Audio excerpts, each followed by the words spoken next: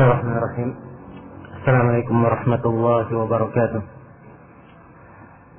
Innal hamdalillah nahmaduhu wa nasta'inuhu wa nastaghfiruh wa na'udzu billahi min shururi anfusina wa sayyiati a'malina. May yahdihillahu fala mudilla lahu wa may yudlil fala hadiya lahu. Asyhadu an la ilaha illallah wahdahu la syarika lahu wa asyhadu anna Muhammadan 'abduhu wa rasuluh. يا أيها الذين آمنوا اتقوا الله حق تقاته ولا تموتن إلا وأنتم مسلمون.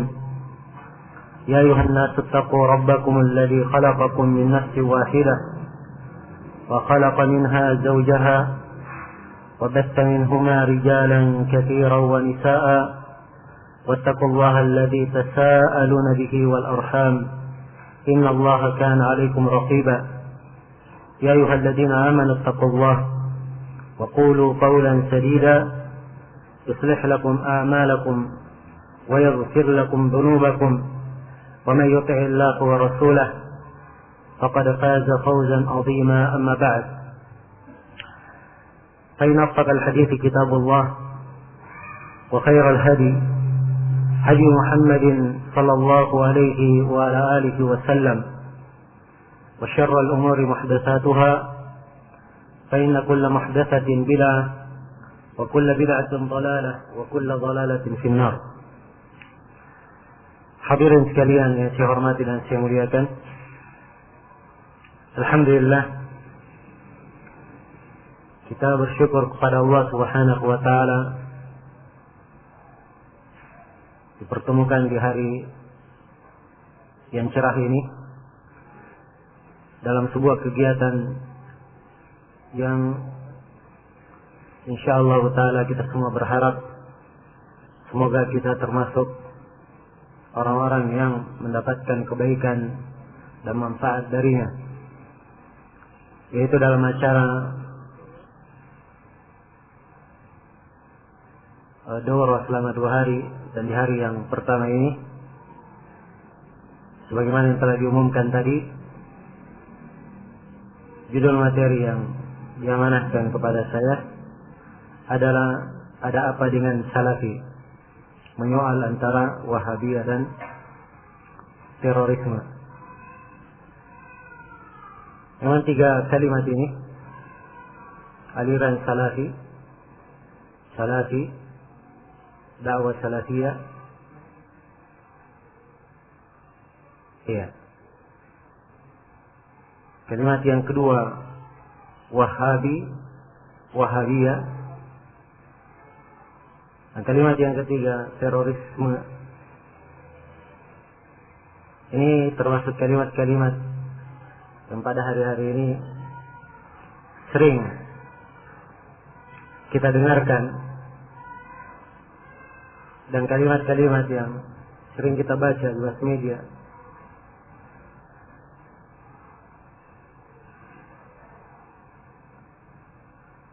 Dan tentunya semua memaklumi bahwa ada sejumlah kesamaran yang terjadi di dalam penggunaan kalimat-kalimat tersebut, atau di dalam memaknai artinya dan maksudnya. Maka di dalam pertemuan ini insyaallah ta'ala kita akan berusaha untuk meluruskan sejumlah perkara yang berkaitan dengan hal ini, sambil kita akan berusaha mengingat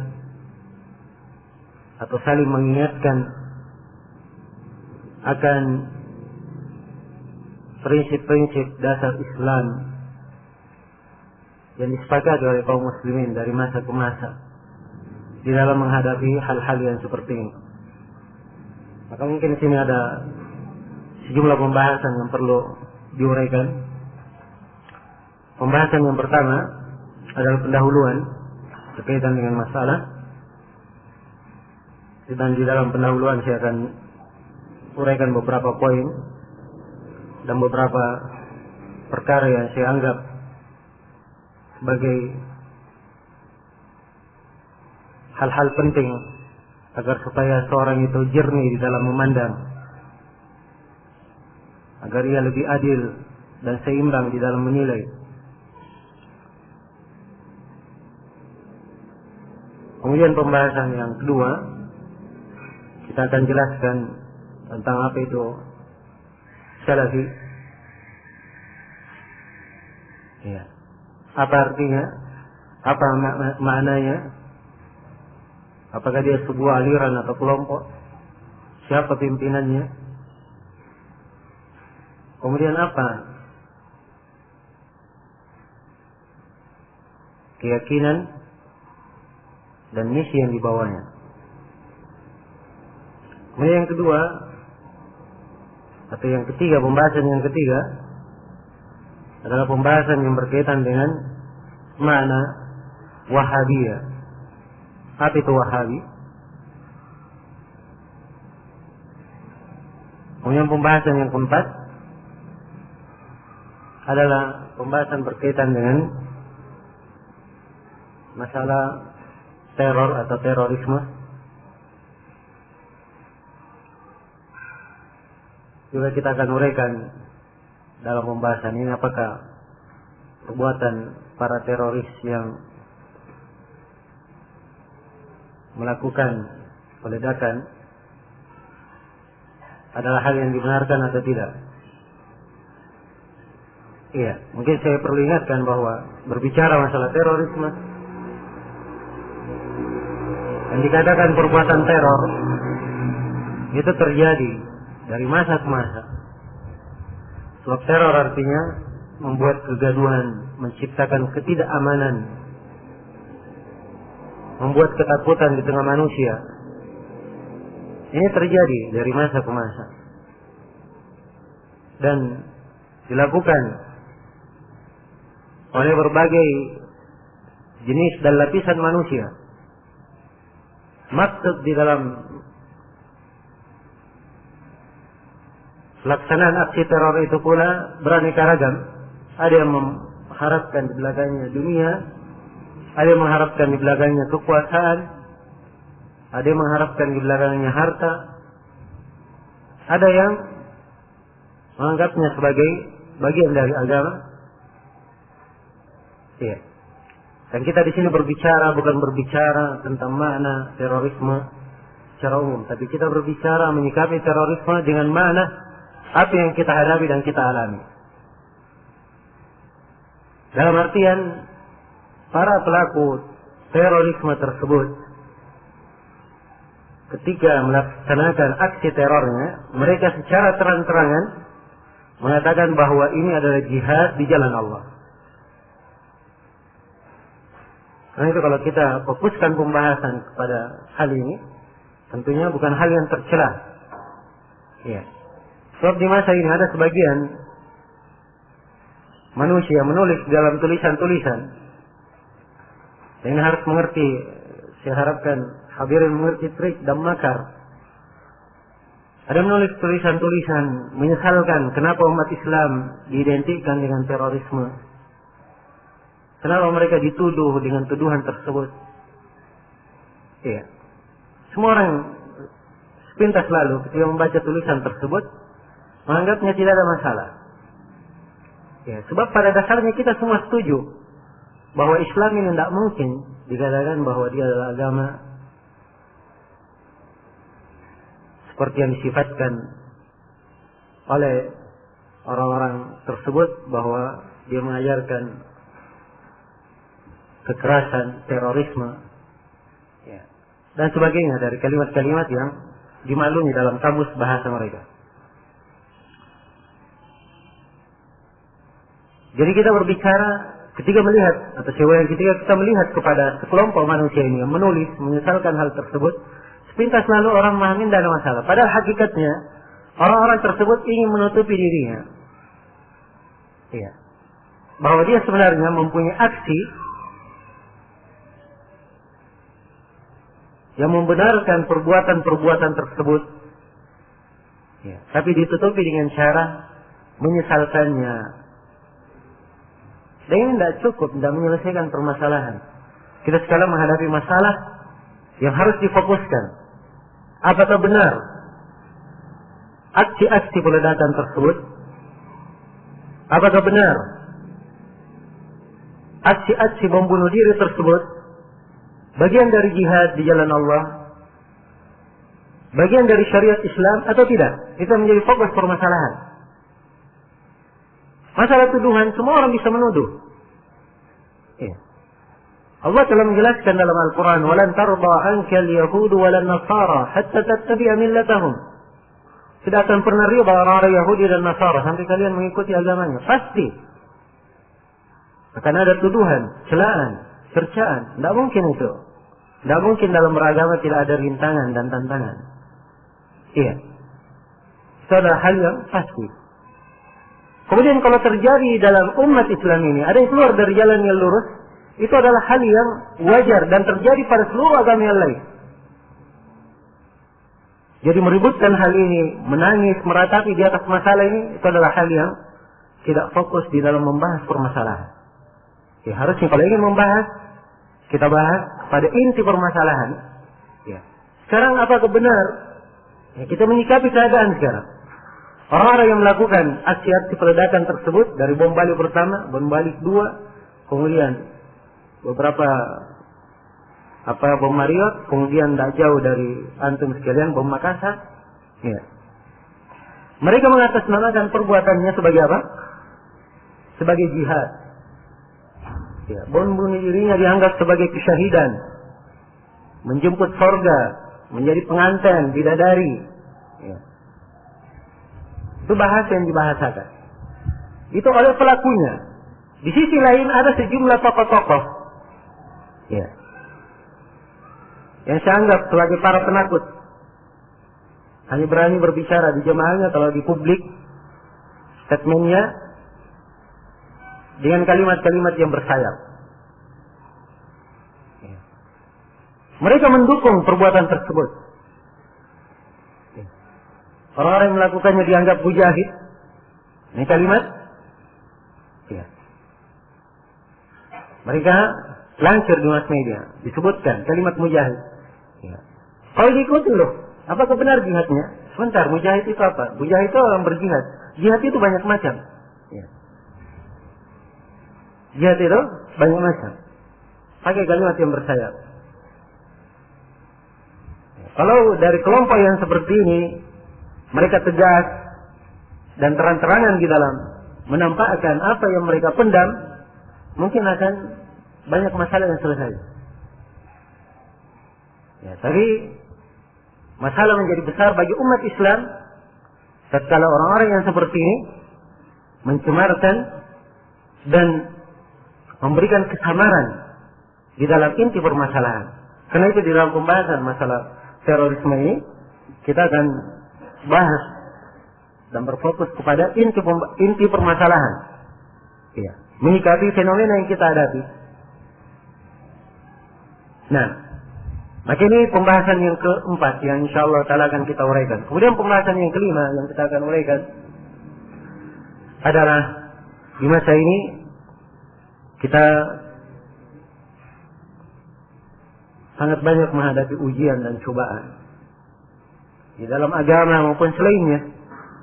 Maka saya memandang perlu untuk saya jelaskan beberapa pijakan yang pantas atau seharusnya dipijak oleh seorang muslim dalam menghadapi berbagai fitnah.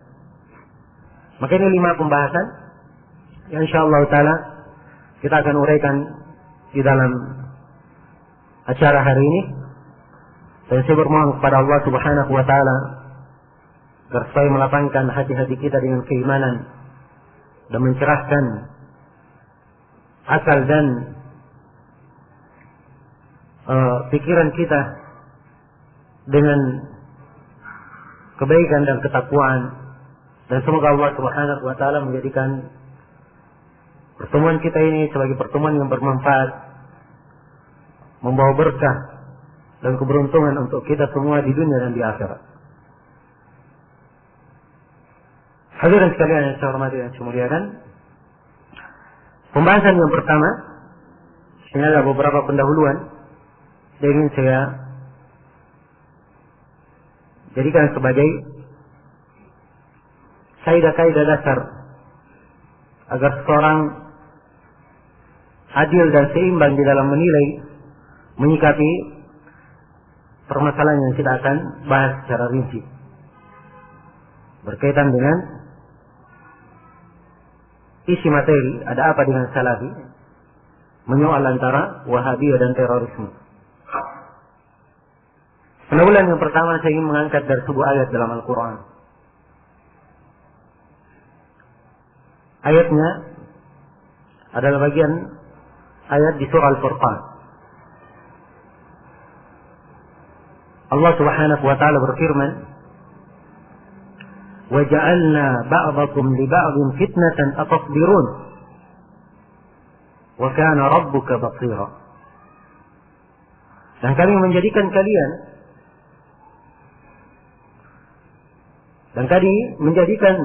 kalian ini kitab umum pada umat Islam. Dan kalau kita lihat kepada konteks ayat dalam surah Al-Furqan, di mana diterangkan sebelumnya peringatan kepada kaum musyrikin, makanya ayatnya umum. Kami jadikan kalian, sebagian dari kalian menjadi fitnah terhadap sebagian yang lain. Sebagian dari kalian menjadi fitnah terhadap sebagian yang lain. Kemudian Allah berfirman, "Atasbirun?" Apakah kalian mampu untuk bersabar? Ya. Ini pernyataan. Apa yang harus dilakukan tatkala sebagian dari kalian menjadi fitnah bagi sebagian yang lain? Kewajibannya dibawakan dalam bentuk pertanyaan.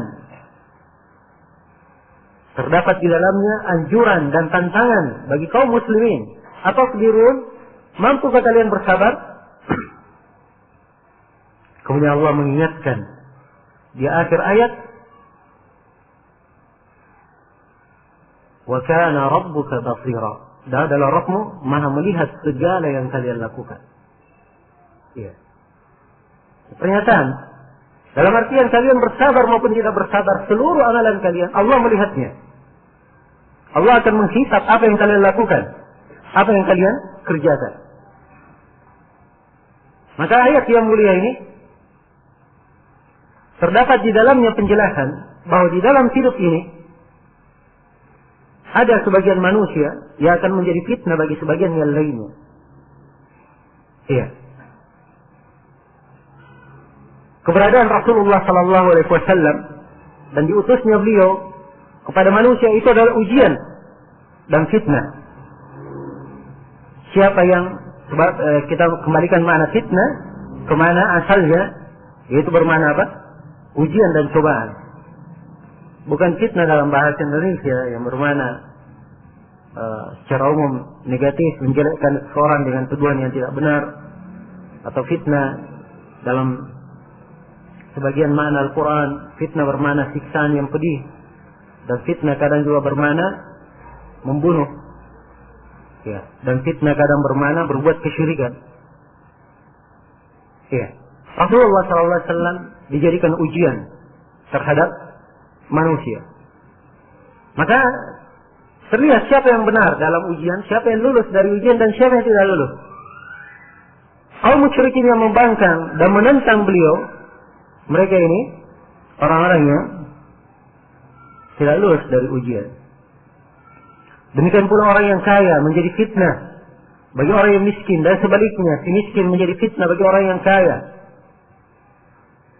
Ya. Orang yang memiliki kekuasaan menjadi fitnah bagi orang yang dia kuasai atau yang dipimpinnya, dan sebaliknya. Dan demikian pula kita saksikan di tubuh umat Islam ini, di dalam pelaksanaan keagamaan,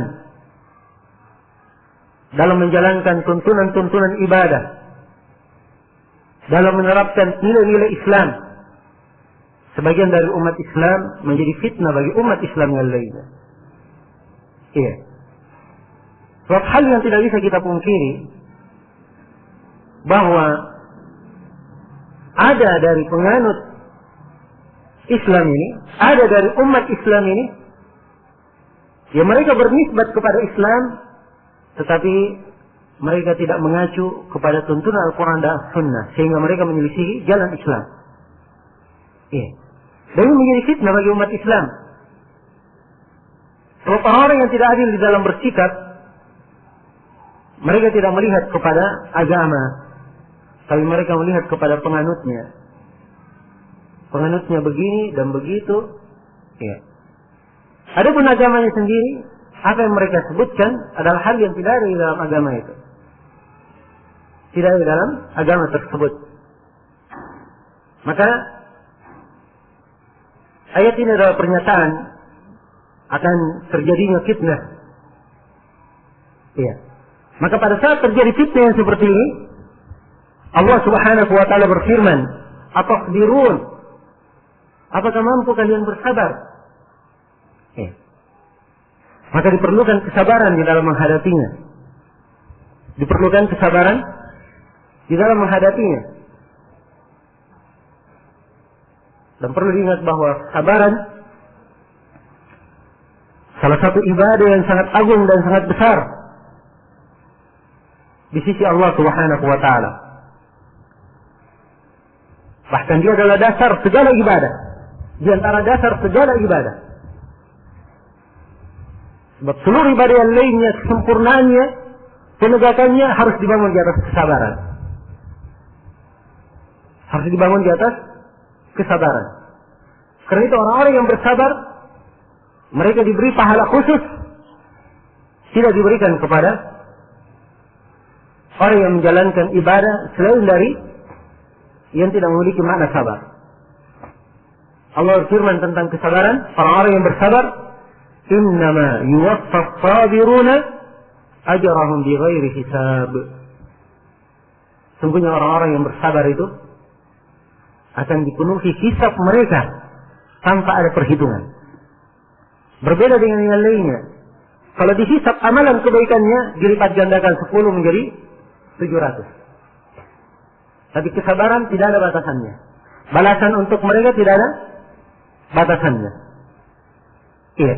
Maka segala jenis ibadah yang dibangun di atas makna sabar ini, dia akan dilipat gandakan pahalanya. Karena itu puasa. Iya. Sebab ibadah puasa ini mengandung makna sabar di dalamnya dengan 3 jenis kesabaran. Sabar dalam menerima ketentuan Allah, sabar di dalam menjauhi segala yang dilarang, dan sabar di dalam menjalankan perintah. Iya. Semuanya terdapat dalam puasa. Karena itu puasa dilipat gandakan pahalanya. Allah Subhanahu wa taala berfirman dalam hadits qudsi, "Illa shaum fa innahu li wa ana ajzi bi." Disebutkan seluruh amalan dilipat gandakan menjadi 10 sampai 700. Allah berfirman kecuali puasa. Pelipat gandaannya tidak seperti itu. Karena puasa, firman Allah adalah untuk saya, dan saya sendiri akan memberikan pahala khusus untuknya. Nah, maka arti kesabaran pada hari-hari ini itu adalah hal yang sangat penting sekali. Hal yang sangat penting. Seorang tatkala bersabar menghadapi ujian dan cobaan, maka dia mendapatkan pahala di sisi Allah Subhanahu wa taala. Iya. Mungkin imbas dari sebagian perbuatan atau aksi-aksi terorisme, sehingga sejumlah dari pegiat dakwah atau sejumlah dari kaum muslimin yang aktif di pengajian-pengajian Islam kadang merasa tersempit lingkupnya. Ya. Karena memang keharusan dari sisi keamanan untuk hal tersebut. Maka kadang ada sebagian dari kaum muslimin yang tidak bersabar. Ya. Sehingga lebih memilih jalan lain, lebih memilih untuk dirinya jalan lain, jalan yang tidak berada di atas ketaatan. Ya, sudah meninggalkan pengajian, keluar dari majelis-majelis zikir, majelis-majelis ilmu, ya, sibuk dengan hal-hal yang dia harus bertanggungjawabkan pada hari kiamat, dosa dan maksiatnya, hanya karena lantaran ada hal-hal yang seperti itu. Dia anggap bahwa lingkupnya dipersempit. Ya, kalau dia belajar agama merasa dicurigai. Nah, dia adalah sikap yang salah, tidak dibenarkan. Seharusnya seorang muslim bersabar. Iya. Dan jangan tergesa-gesa. Sebab orang yang bersabar itu tidak akan lama dia akan melihat hasil dan manfaat dari kesabarannya. Ini dalam hadits Ibnu Abbas yang diriwayatkan oleh Imam Al-Bukhari. Para sahabat Rasulullah SAW datang kepada Nabi SAW. Dan Nabi sedang bernaung di bawah Ka'bah. Ya, beliau bersandar di atas sebuah bantal. Atau beliau bersandar dengan tangannya yang dijadikan sebagai bantal. Maka para sahabat mengeluhkan berbagai penderitaan, cobaan yang mereka dapatkan karena ulah kaum musyrikin.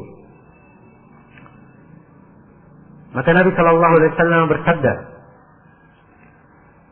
sungguhnya telah ada umat-umat sebelum kalian, salah seorang dari mereka ada yang diletakkan sisir besi di atas punggungnya, kemudian sisir tersebut menembus sampai ke tulangnya, menyisir tulangnya. Dan di antara umat-umat sebelum kalian ada yang diletakkan gergaji di ubun-ubunnya sampai membelah kedua jasadnya. Tapi kata Nabi SAW, hal tersebut tidak menghalangi mereka dari agama mereka. Iya. Kemudian Nabi SAW bersabda, "Wallahi la yutimmanna Allahu hadzal amr." Kata beliau, demi Allah, sungguh Allah akan menyempurnakan perkara ini, akan disempurnakan nikmat bagi umat Islam. Iya. Mereka pasti akan mendapatkan kejayaan dan keamanan. Kata Nabi SAW, "Walakinnakum tasta'jilun." Tapi kalian terlalu tergesa-gesa. Ya, perhatikan mana tergesa-gesa dalam hadis ini. Kalian terlalu tergesa-gesa. Dengan mana kesabaran di dalam ayat. Ini dua hal yang hendaknya senantiasa kita ingat. Hendaknya kita membuang sikap tergesa-gesa. Banyak bersabar. Dan ingat, sabar itu adalah ibadah. Dia adalah ibadah. Apalagi di masa ini, masa terjadi fitnah. Ya. Banyak isu-isu miring. Ya, pemberitaan-pemberitaan di mass media yang ditulis oleh sejumlah manusia yang kadang memang punya misi-misi tertentu. Ya, di dalam pemberitaannya. Dan ini semuanya dimaklumi orang-orang yang membaca. Ya, dimaklumi oleh orang yang membaca. Kalau media tersebut tidak ada kepentingan dalam masalah itu, maka masalah itu tidak akan diekspos beritanya. Tapi kalau dia ada kepentingan, maka dia akan ekspos dengan caranya tersendiri. Iya. Dengan caranya tersendiri. Nah, seperti misalnya contoh kasus yang sekarang kita lagi alami. Iya. Salah seorang pelaku bom Marriott yang terbaru. Ya. Dan semuanya saya kira membaca dan mendengar. Namanya siapa? Saifuddin Zuhri. Dia menulis sebuah surat yang suratnya telah diekspos dan telah disebarkan, dilansir oleh mass media. Disebutkan di situ di dalam isi suratnya, iya, dia menulis kepada teman-temannya untuk menepis tuduhan teman-temannya bahwa dia telah bergabung dengan aliran Salafi Mukbili. Iya. Jadi maksudnya dia menulis agar supaya teman-temannya tahu bahwa dia berlepas diri, tidak bergabung dalam aliran apa? Salafi Mukbili. Teman-temannya menyangka bahwa dia telah bergabung dalam aliran Salafi Mukbili dan telah menyimpang. Maka dia menulis tidak. Ya. Jelas? Ini oleh mass media ditulis, ya.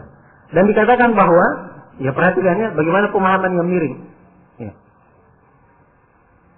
Mereka tulis bahwa Saifuddin Zuhri ini, ya, berguru kepada Syekh Muqbil bin Hadi Al-Wadi. Ya. Dia termasuk orang yang beraliran dengan aliran apa? Salafi Mukbili. Ya. Perhatikan antara sumur bor dan langit jarak pemahaman. Iya. Orang tersebut di pernyataannya berlepas diri, mass media melansirnya dia bagian dari apa? Salafi Mukbili. Ya. Tidak ada keperluan membela orang per orang, tapi menegakkan kebenaran itu adalah sebuah kewajiban. Ya. Syekh Muqbil bin Hadi Al-Wadi rahimahullah, beliau salah seorang fasaq ulama salafi yang di masa ini paling dibenci oleh orang yang seperti Saifuddin Zuhri dan jemaahnya. Ya, bagaimana mungkin bisa belajar kepada Syekh Muqbil? Sebelum kejadian 11 September, ya, Syekh Muqbil sudah mengeluarkan pernyataan, dan pernyataannya dimuat di koran Ar-Ra'yul Am di Kuwait. Jauh sebelumnya Syekh Muqbil sudah menulis pernyataan atau sudah mengucapkan pernyataan. Kata beliau, "Abra'u ila Allahi min Usama bin Laden." Ya. Kata beliau, saya berlepas diri kepada Allah dari perbuatan Usama bin Laden. Sungguhnya dia adalah kesialan dan kerusakan terhadap kaum muslimin. Ya. Ini pernyataan beliau dari dahulu. Sebelum ramainya dibicarakan masalah terorisme ini. Iya. Dan saya yakin bahwa orang-orang yang hadir di majelis beliau dari golongan tersebut itu tidak akan betah di majelis Syekh rahimahullah. Sebab beliau sibuk menanamkan pada diri muridnya ilmu yang benar, ilmu syar'i yang menyelisihi seluruh pemahaman mereka. Iya. Seluruh pemahaman mereka yang keliru. Iya. Maka di sini perlu saya ingatkan bahwa di hari-hari ini banyak kemudahan. Orang yang membaca berita dia bisa akses lewat HP. Iya. Mungkin dia tidak akses pun datang dalam bentuk SMS, dalam bentuk koran, iya, internet, radio, televisi, dan banyak lagi media yang sangat mudah dia mendapatkan informasi. Ya.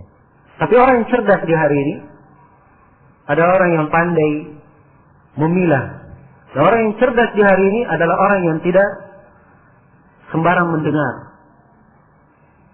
Iya. Sebab kedustaan dan misi di dalam pemberitaan itu terlihat. Itu terlihat. Dan saya tidak penting untuk menjelaskan contoh-contoh akan hal ini. Saya kira semuanya ya lebih paham daripada saya dalam hal ini. Baik, maka kita kembali kepada mana umum dari ayat وَجَعَلْنَا بَعْضَكُمْ لِبَعْضٍ فِتْنَةً أَتَصْبِرُونَ وَكَانَ رَبُّكَ بَصِيرًا. Dan kami jadikan sebagian kalian menjadi fitnah bagi sebagian yang lainnya. Apakah kalian bersabar? Mampukah kalian bersabar? Kemudian Allah firman, "Wa kana rabbuka basira." Ba'dalah Rabbmu, dia maha basir, maha melihat apa yang dilakukan oleh hamba. Iya. Maka ini sudut yang hendaknya kita melihat, menyikapi permasalahan. Hendaknya ada kesabaran. Dan mana di dalam ayat "Wa kana rabbuka basira" itu mengharuskan seorang hamba di dalam menghadapi fitnah dia harus membekali dirinya di atas ketakwaan. Sebab dia tahu bahwa Rabbnya melihatnya. Iya. Rabbnya melihatnya dan mengetahui segala yang dia lakukan. Maka dia tatkala berbicara tatkala berbuat dengan perbuatan apapun, harusnya pembicaraan dan perbuatannya dibangun di atas dalil-dalil dari Al-Quran dan As-Sunnah, dibangun di atas tuntunan dari Al-Quran dan As-Sunnah, supaya dia berpahala di dalam hal tersebut dan tidak berdosa. Iya. Demikian.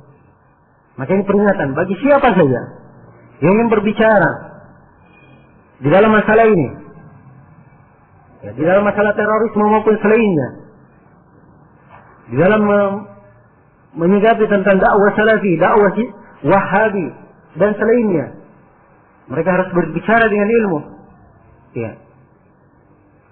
Tidak ada bermanfaat di sini aji asmuni. Ya, kalau di Jawa sana bilang, tahu asmuni? Asal muni, asal bunyi gitu ya. Ya. Kalau orang Makassar sini bilang asbun. Ya. Tidak bermanfaat dalam pembahasan ilmiah. Ya. Pembahasan ilmiah bukan dibangun di atas kabar-kabar saja. Saya dengar begini, saya dengar begitu. Ya. Tidak demikian pembahasan ilmiah. Pembahasan ilmiah adalah seperti yang dikatakan oleh Syekhul Islam Ibn Taimiyah, al-ilmu bahthun muhaqqaq wa naqlun musaddaq wa ma siwa dhalika fahadayanun muzawwaq. Kata beliau, ilmu itu adalah pembahasan yang penuh dengan kedetailan, data yang penuh dengan kejujuran. Selain daripada itu adalah igauan yang tidak diterima. Iya. Maka hendaknya setiap orang bertakwa kepada Allah di dalam hal ini. Bertakwa kepada Allah di dalam hal ini. Jangan berbicara dalam masalah agama Allah kecuali dengan ilmu, kecuali dengan pengetahuan. Allah Subhanahu wa taala berfirman, "Wala taqfu ma laysa laka bihi 'ilm. Inna as-sam'a wal basara wal fu'ad kullu ulaika kana anhu mas'ula." Yang kalian berhenti di atas sesuatu yang kalian tidak punya ilmu tentangnya. Sungguhnya penglihatan, pendengaran dan mata hati semuanya akan dimintai pertanggungjawaban oleh Allah Subhanahu wa taala. Iya. Dan Allah Subhanahu wa taala berfirman, "Wala taqulu lima tasifu alsinatukumul kadhiba, hadha halalun wa hadha haramun." لتفتروا على الله الكذب إن الذين يفترون على الله الكذب لا يفلحون. Janganlah kalian berucap dengan apa yang disifatkan oleh lisan kalian yang dusta itu. Ini halal, ini haram. Kalian hendak mengadakan kedustaan atas nama Allah.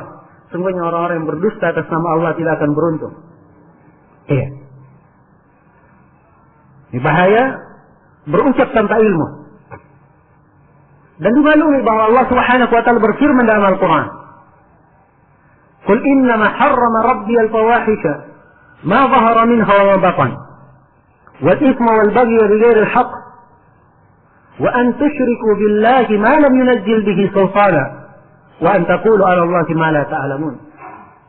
Sungguhnya Allah mengharamkan atas kalian. Kemudian disebutkan 4 perkara secara berurut.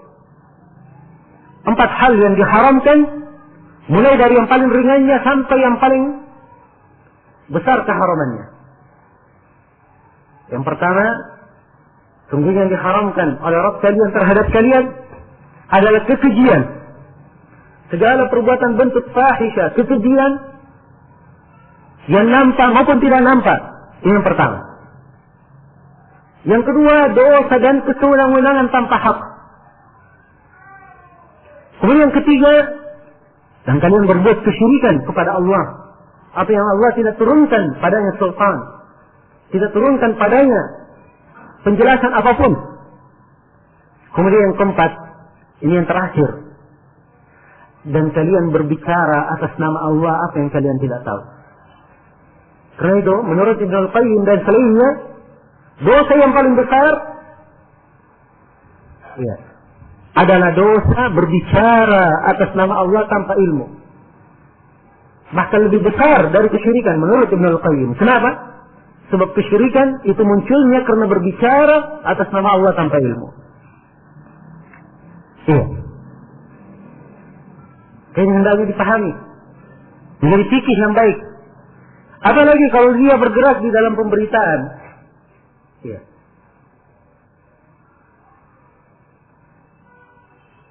Nah, ini saya arahkan kepada para jurnalis. Orang-orang yang giat menulis. Dan yang kadang menyampaikan. Siapa yang menyampaikan sesuatu dari agama? Ya. Dan dia menjelekkan nama agama tersebut dalam penyampaiannya, maka dia harus menanggung dosanya sebatas kerusakan. Sepanjang apa yang disampaikan tersebut masih membuat kerusakan di tengah manusia.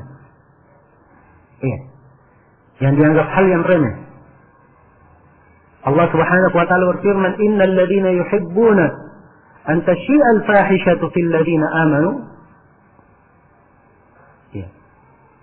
Lu'inu fid dunya wal akhirah. Sungguhnya orang-orang yang mencintai tersebarnya kekejian di tengah orang-orang yang beriman, mereka akan dilaknat di dunia dan di akhirat.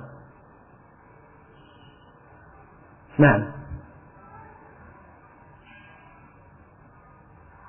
dan banyak lagi dalil-dalil yang menunjukkan akan besarnya ancaman, kerasnya siksaan bagi siapa yang berbicara dalam masalah ini tanpa ilmu. Karena itu siapa yang ingin berbicara, hendaknya dia berbicara dibangun di atas ketakwaan. Dia punya rasa takut kepada Allah Subhanahu wa taala. Berbicara dengan pembicaraan yang bermanfaat. Iya. Jangan justru menyampaikan kalimat-kalimat yang hanya membuat prahara dan kerugian di tengah kaum muslimin. Kemudian di antara hal yang hendak saya ingatkan juga di pendahuluan ini, iya, bahwa dasar seseorang berpijak dan di dalam menilai sebuah permasalahan, kalau dia berbicara tentang masalah agama, bahkan harusnya dalam seluruh permasalahan yang lainnya, hendaknya dia menimbang perkara tersebut di atas tuntunan Al-Quran dan Sunnah Rasulullah Sallallahu Alaihi Wasallam.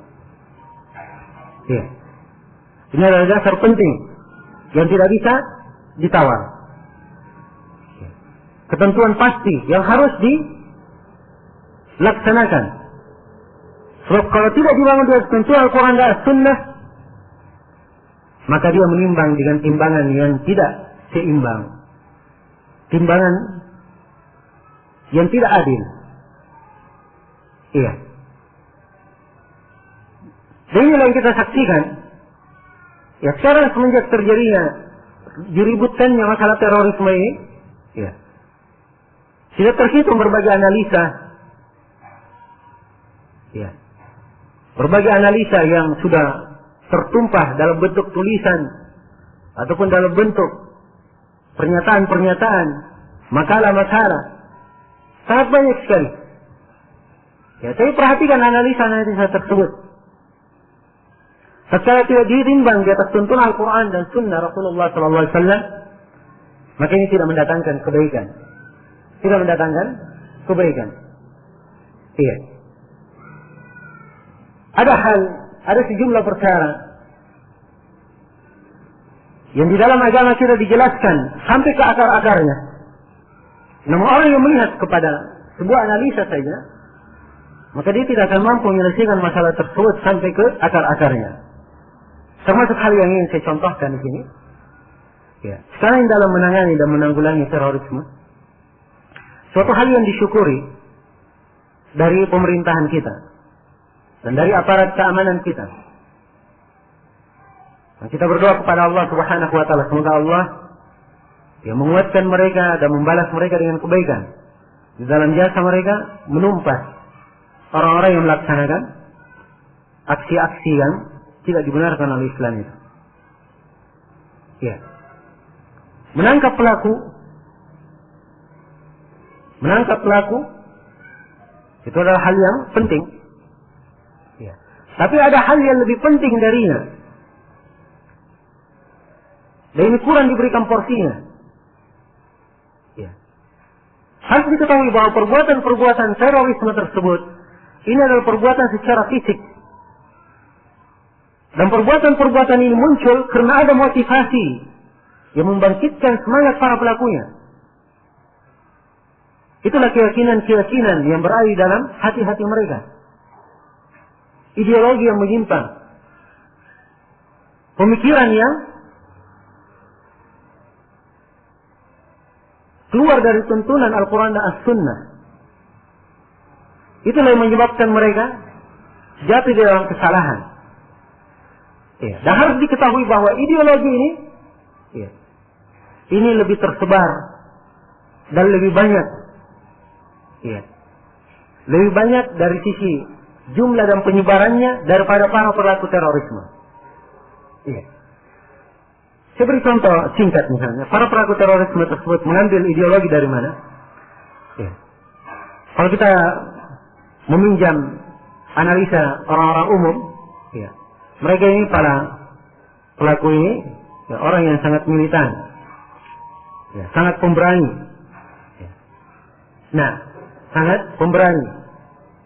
Sekarang dari mana mereka bisa menciptakan pada diri mereka mampu untuk melakukannya? Ya, rela untuk berkorban. Ini karena memang ada keyakinan yang mereka yakini. Mereka yakini bahwa mereka akan mati syahid. Kan begitu? Ya. Kalau meminjam bahasa mereka, ya, mereka sudah dilamar oleh bidadari, akan menjadi pengantin. Ya. Kan begitu? Ini menyebabkan mereka sangat bersemangat dalam menjalankannya. Dan pemikiran-pemikiran yang seperti ini tersebar. Ya. Dan ada sejumlah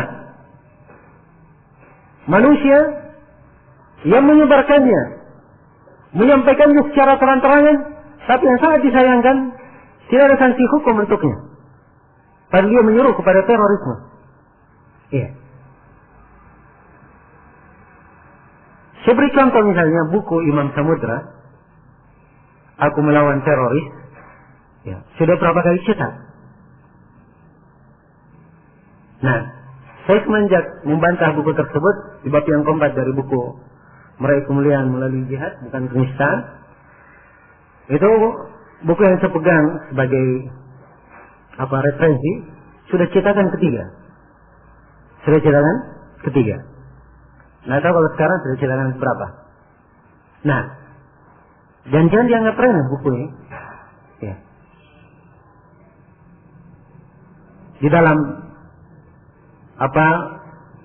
dampaknya memberikan pemikiran yang menyimpang dan menarik, ya, manusia-manusia lain untuk melakukan aksi yang sama. Kemudian dari sisi lain sekarang muncul buku-buku, ya, yang merupakan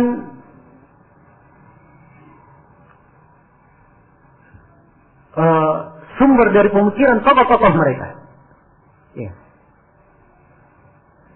Keyakinan saya seperti Imam Samudra Amrozi, ya, temannya lagi yang ketiga, itu termasuk korban yang membaca buku-buku tersebut. Iya. Ada tokoh-tokohnya yang menyuruh kepada pemikiran tersebut. Ya. Sekarang ketika dikatakan kepada mereka korban di bom Bali bukan hanya orang kafir saja, ada muslim yang meninggal. Ya. Jawabannya dia santai saja. Oh, itu biasa, lumrah. Ya, ada di dalam bukunya, itu lumrah. Dalam sebuah kegiatan ada korban yang tidak diinginkan. Ya, subhanallah, lumrah. Seorang muslim meninggal lumrah. Ya. Padahal Nabi SAW bersabda, jiwa seorang muslim, hilangnya dunia itu lebih bagus daripada menghilangkan jiwa seorang muslim. Ya. Dianggap lumrah. Dianggap lumrah, padahal Allah berfirman, wa man qatalaha faka'annama qatala an-nasa jami'an. Siapa yang membunuh jiwa tanpa hak, seakan-akan dia membunuh seluruh manusia. Ya. Itu dianggap lumrah. Ini karena memang ada ideologi yang menyebabkan ia berkata lumrah. Ideologinya apa? Mereka pandang bahwa orang-orang yang melihat kemaksiatan tersebut jatuh dalam maksiat, berbuat dosa besar, itu adalah orang-orang kafir, keluar dari Islam. Ya. Sebenarnya mereka tidak mau terang-terangan mengucapkannya. Kenapa?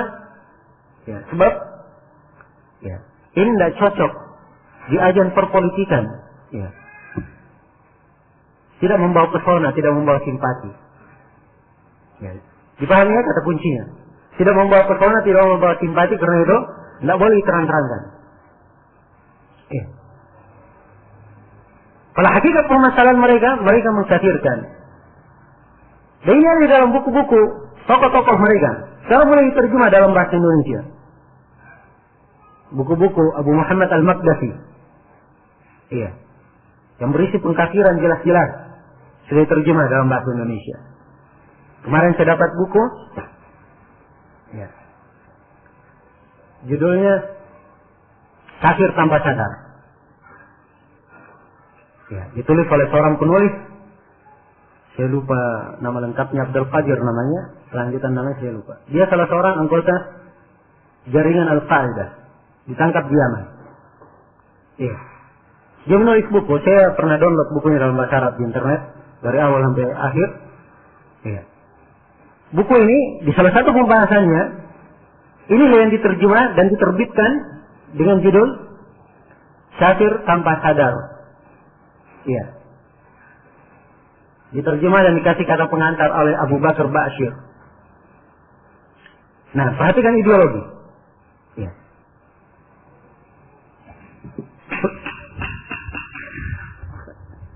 Ya, pelaku bom itu meninggal. Ya. Perhatikan bagaimana diucap sebagai syuhada. Ya. Jenazahnya ketika sampai di sebuah bandara disambut dengan takbir. Ya.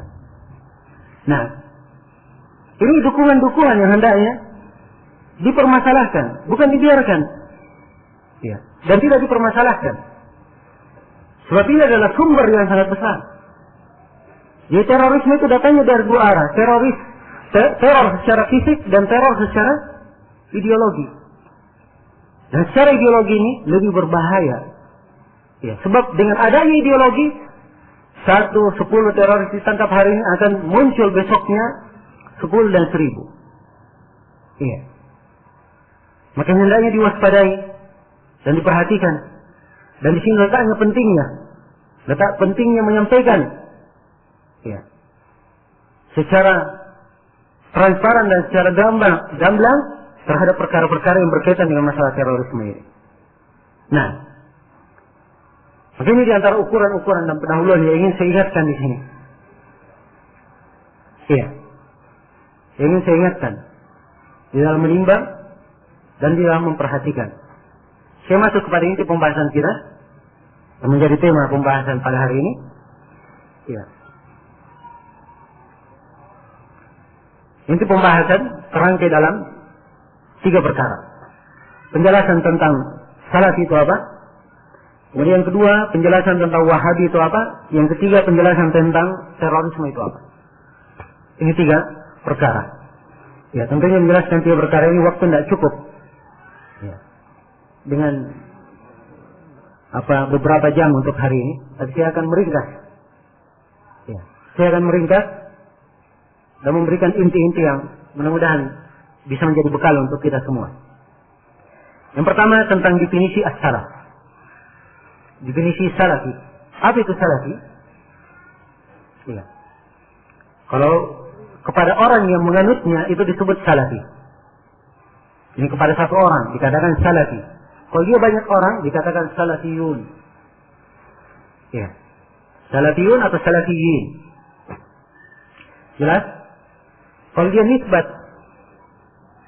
kepada ajaran dikatakan dakwah misalnya, maka dikatakan dakwah as-salafiyah. Agak salafiyah. Ini model-model penggunaan kalimat ini. Seluruh kalimat ini berasal dari kata as-salaf. Berasal dari kata apa? Kata as-salaf. Iya. Bagaimana penisbatan yang lainnya mempunyai asal kata. Maka ini dari kata as-salaf. As-salaf itu apa? As-salaf secara bahasa, kalau kita lihat kamus-kamus bahasa, salaf itu adalah siapa yang mendahului kamu. Siapa yang telah mendahului kamu. dari ayah-ayahmu, kakekmu, nenek buyutmu yang sudah meninggal mendahului kamu, maka itu disebut apa? Disebut salaf.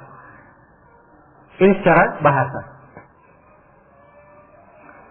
Ya. Dan secara istilah yang dimaksudkan dengan salaf itu adalah siapa yang mengikuti jalan Rasulullah Sallallahu Alaihi Wasallam. Iya. Jalan para sahabat, murid-murid para sahabat yang disebut dengan nama para tabi'in, dan murid-murid para tabi'in yang disebut dengan nama tabi'ut tabi'in. Itu yang dimaksudkan dengan as-salaf. Jadi kalau dikatakan as-salaf, jalan as-salaf berarti jalan Rasulullah dan 3 generasi pertama yang terbaik di umat ini. Iya. Muncul pertanyaan. Iya. Kenapa bernisbat kepada salaf? Kan begitu. Iya. Muncul pertanyaan yang kedua. Kenapa saya baru dengar ada istilah salafi? Ya, sebelumnya saya tidak pernah dengar.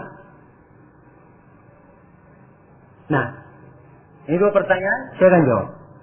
Ada pertanyaan yang pertama, kenapa harus bernisbat kepada salaf? Iya. Jawabannya, karena as-salaf itu adalah penggambaran tentang Islam yang hakiki yang dibawa oleh Rasulullah SAW. Maka bernisbat kepada as-salaf itu sama halnya bernisbat kepada Islam yang dibawa oleh Rasulullah Sallallahu Alaihi Wasallam. Iya. Di dalam sebuah hadits yang diriwayatkan oleh Imam Al-Bukhari dan Imam Muslim, Rasulullah Sallallahu Alaihi Wasallam pernah bersabda kepada putrinya Fatimah. Iya. Setelah beliau jelaskan bahwa Jibril pada tahun ini membacakan Al-Quran kepada beliau 2 kali. Di mana di tahun-tahun sebelumnya Jibril hanya membacanya 1 kali saja. Maka kata Nabi Sallallahu Alaihi Wasallam, saya tidak melihat perubahan ini kecuali sebagai tanda bahwa ajalku telah dekat. Maka beliau berpesan kepada putrinya Fatimah, ya Fatimah, ittaqillaha wasbiri, fa inna ni'mas salaf ana laki. Kata beliau kepada putrinya Fatimah, wahai Fatimah, bertakwalah engkau kepada Allah dan bersabarlah. Sesungguhnya sebaik-baik salaf untuk kamu adalah saya. Rasulullah menamakan diri sebagai apa? Sebagai salaf. Maksudnya salaf yang mendahului, salaf yang saleh yang mendahului. Iya. Jelas? Yang dikatakan salafi, salaf itu, iya. Mazhab salaf itu adalah mazhab Rasulullah dan para sahabatnya. Ya. Jadi kalau ada yang bertanya, apakah dia adalah aliran? Ya. Tanyakan kepadanya, kamu Muslim?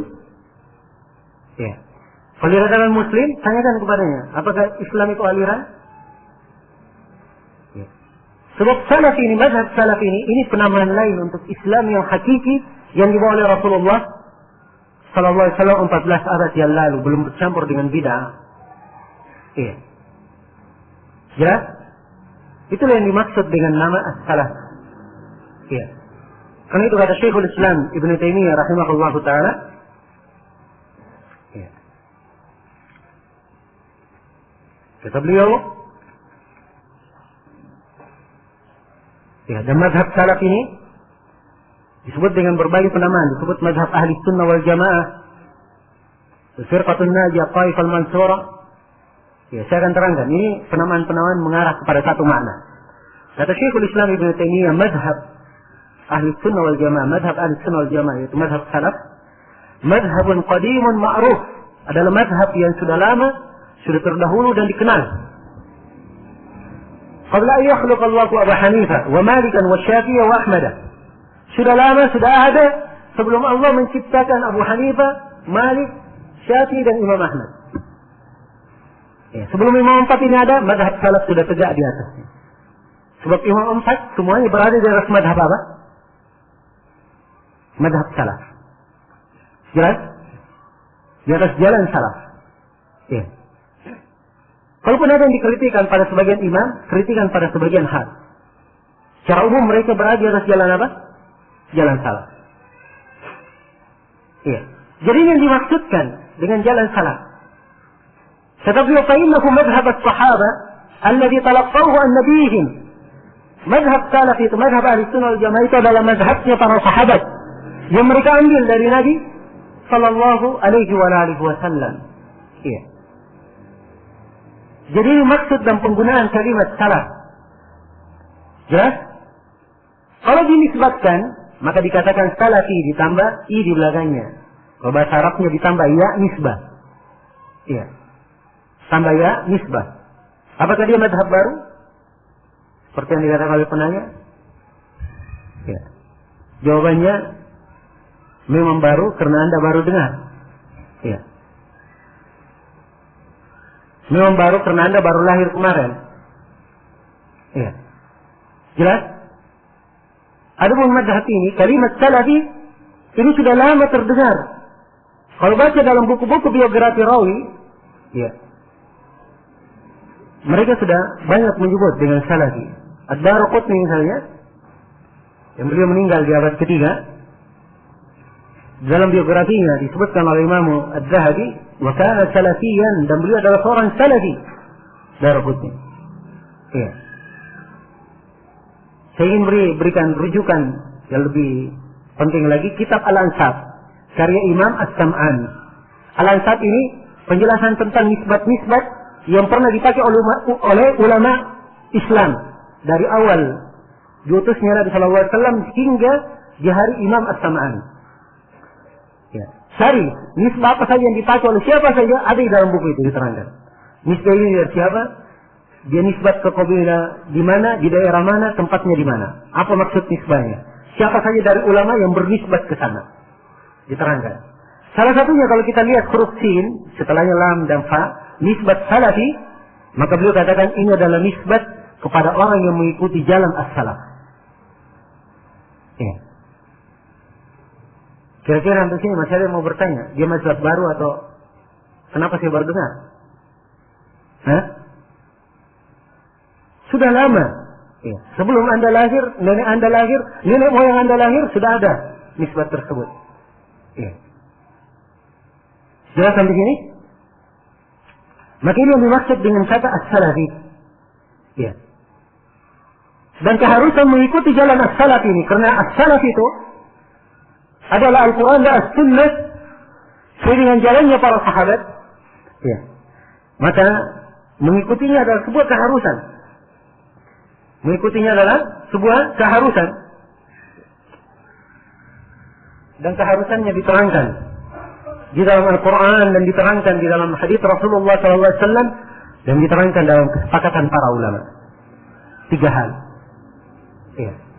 Ini kalau dalam ukuran pendalilan bagi siapa yang biasa mengkaji ilmu-ilmu Islam, 3 hal ini adalah suatu kepastian, sebuah data, sebuah pembahasan agama kalau dibangun di atas 3 hal ini, itu adalah hal yang patut diterima. Ya, tidak ada kata ditolak lagi. Jelas? Mengikuti jalan as-salaf adalah hal yang wajib diterangkan di dalam Al-Quran. Allah berfirman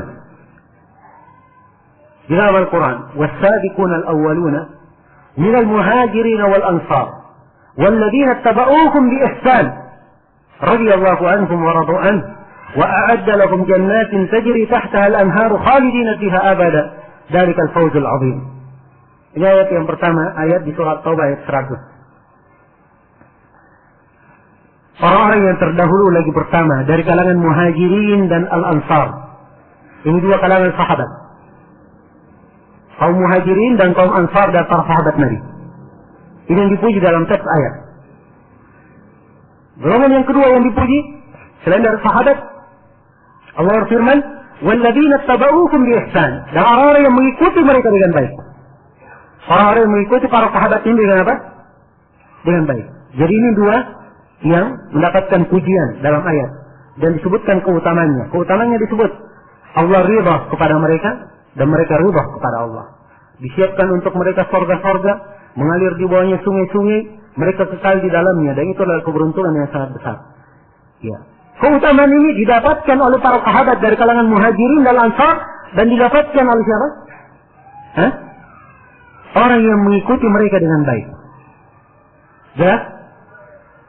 Jadi pemahaman kebalikan dari ayat, menurut Ibnul Qayyim dalam I'lamul Muwaqqi'in, siapa yang tidak mengikuti jalan para sahabat, dia tidak diridhai oleh Allah.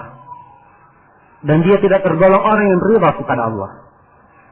Dia disiapkan untuknya surga, apalagi dia kekal di dalamnya, dan dia tidak akan mendapat keberuntungan. Ya. Kira-kira kalau yang diancam seperti ini menunjukkan mana sunnah atau wajib? Ini menunjukkan mana wajib, bahkan menunjukkan keberuntungan atau kerugian seseorang. Karena itu di ayat di surah An-Nisa di ayat 115 ditegaskan dengan penegasan yang sangat kuat, disertai dengan ancaman yang sangat keras bagi siapa yang keluar dari jalan as-salaf. Allah Subhanahu wa taala berfirman, "Wa man yushaqiqir rasula min ba'di ma tabayyana lahul huda wa yattabi' ghayra sabilil mu'minin nuwallihi ma tawalla wa nuslihi jahannam wa sa'at masira." Barang siapa yang durhaka kepada Rasul setelah nampak baginya petunjuk dan dia mengikuti jalan selain dari jalan kaum mukminin. Ya, siapa kaum mukminin pada hari itu? Para sahabat. Dia mengikuti jalan selain dari jalan kaum mukminin. Ini ancaman. Dua golongan yang diancam. Yang durhaka kepada Rasul setelah nampak baginya petunjuk dan mengikuti jalan selain jalan kaum mukminin. Ancamannya apa? Kami akan biarkan dia larut di dalam kesesatannya. Dan kami akan memasukkannya ke dalam neraka Jahannam. Dan itu adalah sejelek-jelek tempat kembali. Ya. Perhatikan ini, diancam dengan neraka. Ya. Karena itu mengikuti jalan as-salaf ya bukan alternatif. Ya boleh ikut boleh tidak. Ya saya bebas. Ya. Tidak. Bahkan keislaman seseorang, ukuran kebenaran dan kebaikannya kalau dia mengikuti jalan as-salaf. Jelas? Ini ayat dan banyak lagi ayat-ayat yang lainnya. Saya meringkas sekarang. Dari hadis Nabi sallallahu alaihi wasallam, Rasulullah sallallahu alaihi wasallam bersabda dalam hadis yang mutawatir. Ini diriwayatkan oleh belasan orang sahabat meriwayatkan hadis ini. Iya. Sejumlah hadis berada dalam riwayat Bukhari dan Muslim. Rasulullah sallallahu alaihi wasallam bersabda, "Khairun nasi qarni, thumma alladhina yalunahum, thumma alladhina yalunahum." Sebaik-baik manusia adalah generasiku. Beliau dan para sahabatnya. Kemudian generasi setelahnya, kemudian generasi setelahnya. Ini dipuji sebagai sebaik-baik generasi. Ya. Kata Ibnul Qayyim dalam I'lamul Muwaqqi'in, tidak dianggap dia sebaik-baik generasi kecuali dia adalah standar acuan dan sumber rujukan. Nah, kemudian yang ketiga dari kesepakatan. Ini tidak gampang ya menukil kesepakatan. Ya dari mana tahu ulama sepakat? Ya. Harus mengikuti jalan as-salaf. Ya barangkali ada yang menyelisihi. Yang menukil kesepakatan bukan saya. Ya. Bukan saya menukilnya, bukan pula guru-guru saya. Bukan pula guru-guru saya. Ya. Tapi yang menukilnya adalah para imam yang dikenal dan disepakati oleh para ulama memang ahli dalam permasalahan. Dan menguasai pendapat para ulama dari seluruh belahan negeri kaum muslimin. Itu yang bisa menukil kesepakatan. Ya. Dan sembarang yang menukil kesepakatan.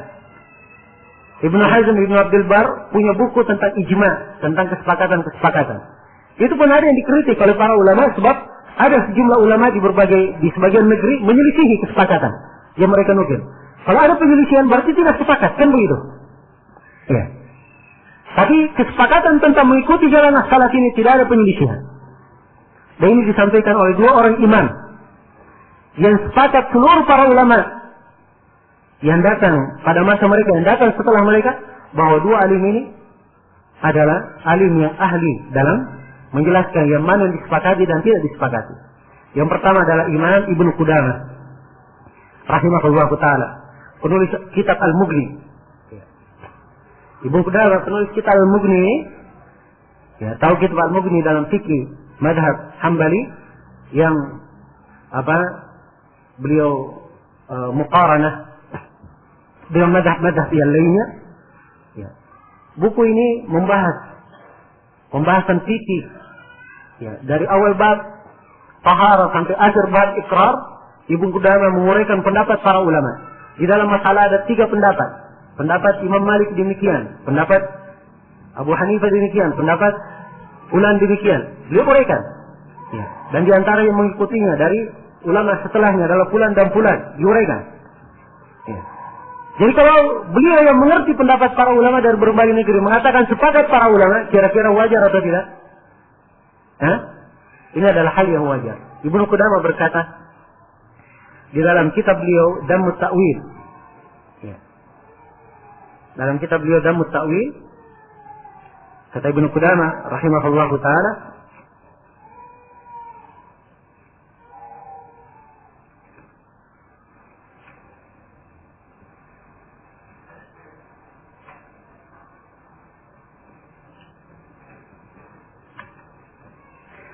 ya. Kata beliau rahimahullahu taala, واتباع مذهب السلف واجب بالكتاب والسنة والإجماع وقد ثبت وجوب اتباع مذهب السلف بالكتاب والسنة والإجماع. Kata beliau, dan telah sabit dan telah pasti wajibnya mengikuti jalan as-salaf berdasarkan dalil dari Al-Quran dan dari as-sunnah dan dari kesepakatan di kalangan para ulama. Nah, ini imam yang pertama. Imam yang kedua adalah Ibnu Taimiyah rahimahullahu taala, Ahmad bin Abdul Halim Al-Harrani. Ya. Walaupun di masa beliau banyak musuh-musuh beliau yang berseberangan dengan Ibnu Taimiyah dalam berbagai pendapat maupun keyakinan, tapi semuanya sepakat akan hafalan Ibnu Taimiyah dan akan kejujuran beliau dalam menukil pendapat. Iya.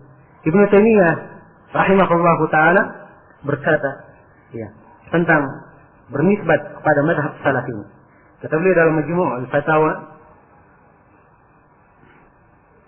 jilid 4 halaman 149, kata beliau, la aiba ala man adhara madhhab as-salaf wa intasaba ilayhi wa i'taza ilayhi bal yajibu qabulu dhalika bil ittifaq fa inna madhhab as-salaf la yakunu illa haqqan. Kata beliau, tidak ada aib bagi orang yang menampakkan jalan as-salaf, bernisbat kepadanya dan mengacu kepadanya, tidak ada aib baginya. Kata beliau, bahkan wajib menerima hal tersebut menurut kesepakatan para ulama. Menurut kesepakatan. Kenapa? Kata beliau, sebab mazhab salaf itu tidak lain kecuali kebenaran. Mazhab salaf tidak lain kecuali kebenaran. Jadi secara global tentang makna salafi, mana mengikuti jalan as-salaf, mana salafiyah, ya. Ini yang dimaksudkan. Jadi kalau ada yang bertanya, siapa pimpinannya ini?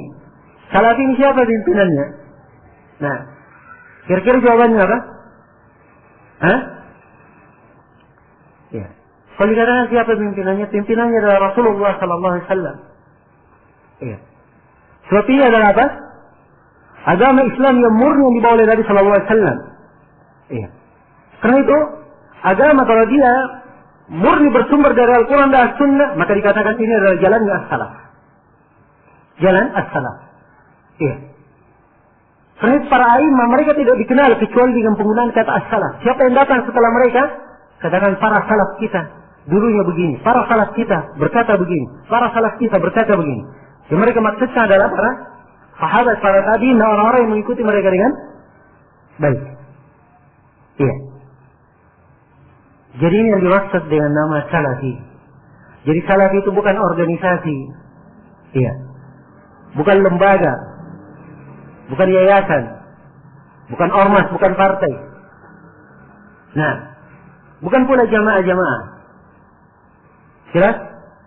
Tapi salafi adalah bentuk dari Islam yang murni yang dibawa oleh Nabi Sallallahu Alaihi Wasallam. Orang yang bernisbat kepadanya, itu artinya dia ingin mengikuti jalan as-salaf, sebagaimana yang dibawa oleh Rasulullah Sallallahu Alaihi Wasallam. Jelas sampai sini? Iya.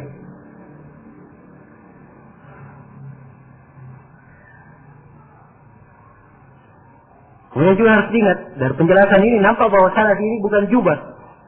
Iya. Dia bukan jubah, bisa dipakai siapa saja yang bisa pakai. Iya. Hari ini dia pakai jubah salafi. Iya, saya salafi. Besok dia pakai jubah pergerakan. Iya. Tidak seperti itu, tapi dia adalah ciri dan sifat. Ada ciri dan sifatnya, saya akan terangkan. Bagaimana prinsip-prinsip umum dalam dakwah salafiyah. Yang saya akan bedakan beberapa perbedaan penting antara dakwah salafiyah ya, dan dakwah hizbiyah yang mengarah kepada makna terorisme itu. Supaya nampak dan jelas. Ya. Nah, mungkin ada yang bertanya, kalau memang dia Islam yang benar, salafi itu Islam yang benar, nisbat kepada Islam yang benar, kenapa tidak pakai nama Muslim saja? Ya. Jawabannya, ya, semua kita kaum muslimin kan begitu. Ya. Dan setiap orang yang menyuruh kepada apa saja yang bernisbat kepada Islam, kalau ditanya semuanya adalah apa? Kamu muslim, semuanya adalah muslim. Iya. Tanya kepada salafi, kamu muslim, ya muslim. Tanya kepada ikhwani, kamu muslim, ya muslim. Tanya kepada tablighi, kamu muslim, ya muslim. Semuanya muslim. Ya. Saya muslim apa? Nah, kalian mengambil pemahaman agama dari mana? Oh, kami mengikuti Al-Quran dan As-Sunnah. Semuanya bilang, kami mengikuti Al-Quran dan As-Sunnah juga. Ya. Tapi begitu dikembalikan kepada akarnya, dengan pemahaman siapa kalian memahami?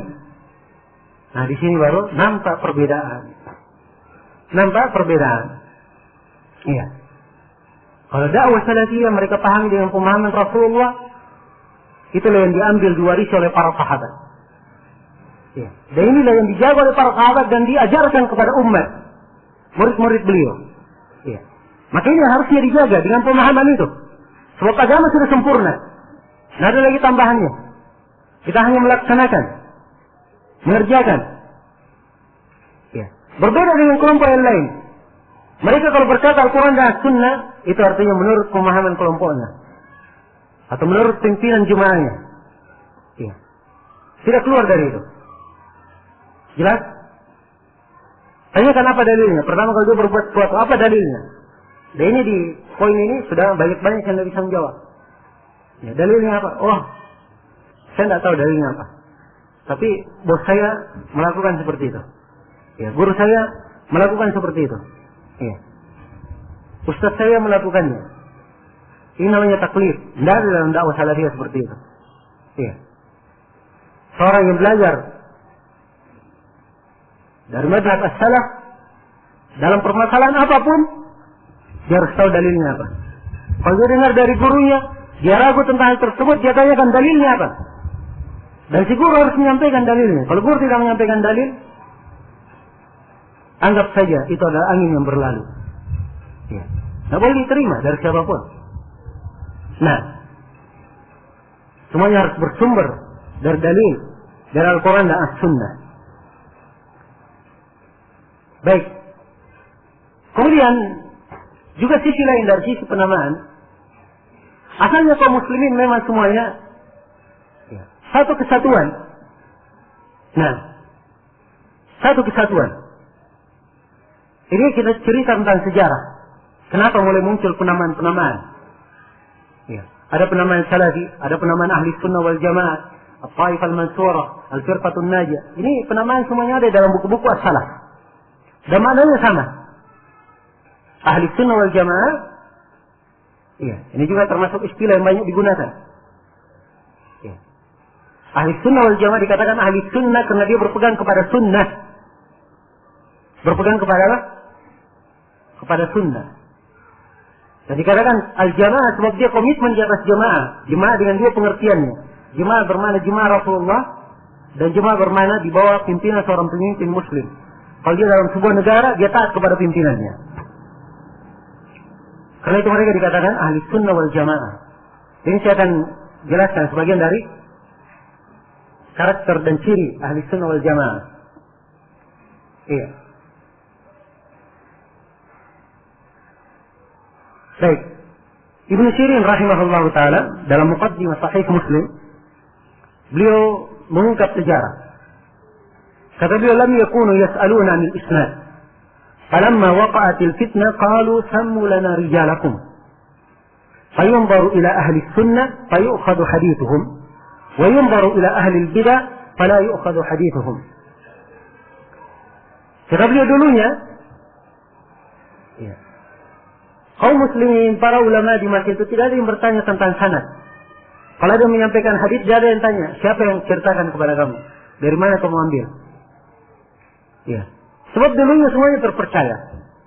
Ada yang menyampaikan hadis dari Nabi. Nabi bersabda begini, percaya. Ya. Jelas? Kata Ibnu Sirin ini dari murid sahabat. Tingkatan murid sahabat. Muhammad bin Sirin. Maka begitu terjadi fitnah. Fitnah yang dimaksud adalah fitnah terbunuhnya Utsman bin Affan radhiyallahu taala anhu. Ya.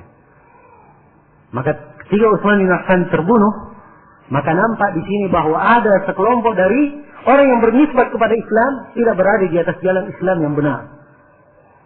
Buktinya dia bunuh siapa? Utsman bin Affan radhiyallahu taala anhu. Mereka menyelisih para sahabat. Iya. Jangan dikira ya baru para sahabat membiarkan mereka mengganggu Utsman. Para sahabat menunggu perintah dari Utsman bin Affan. Kalau mereka diperintah untuk memerangi kaum Khawarij yang mengepung rumah Utsman, maka mereka akan perangi. Tapi Utsman bin Affan radhiyallahu taala anhu mempunyai ijtihad lain. Beliau tidak perintahkan. Iya. Jelas? Dan orang-orang ini mengaku orang-orang yang ingin menuntut keadilan.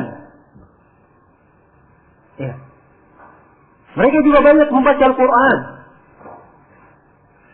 Ini kaum Khawarij ini. Yang mengepung rumah Utsman ibn Affan radhiyallahu taala. Maka fitnah sudah terjadi. Kalau begitu, tersimpul sebuah kesimpulan bahwa di masa ini, yang menurut Ibnu Sirin, tidak semuanya orang bisa dipercaya. Ya. Karena itu mulailah mereka bertanya. Ya. Kalau ada yang menyampaikan hadis, mereka tanya, sebutkan rawi-rawi kalian. Siapa? Dari mana kalian ambil? Dilihat kalau dia ahli sunnah, perhatikan. Kalau dia ahli sunnah, sudah ada penyebutan nama. Ahli sunnah. Ya. Maka diambil hadisnya. Kalau dia ahli bidah, maka ditinggalkan hadisnya. Jelas sampai sini? Maka ini penamaan-penamaan. Ya, penamaan ahli sunnah wal jamaah, penamaan salafi. Ya.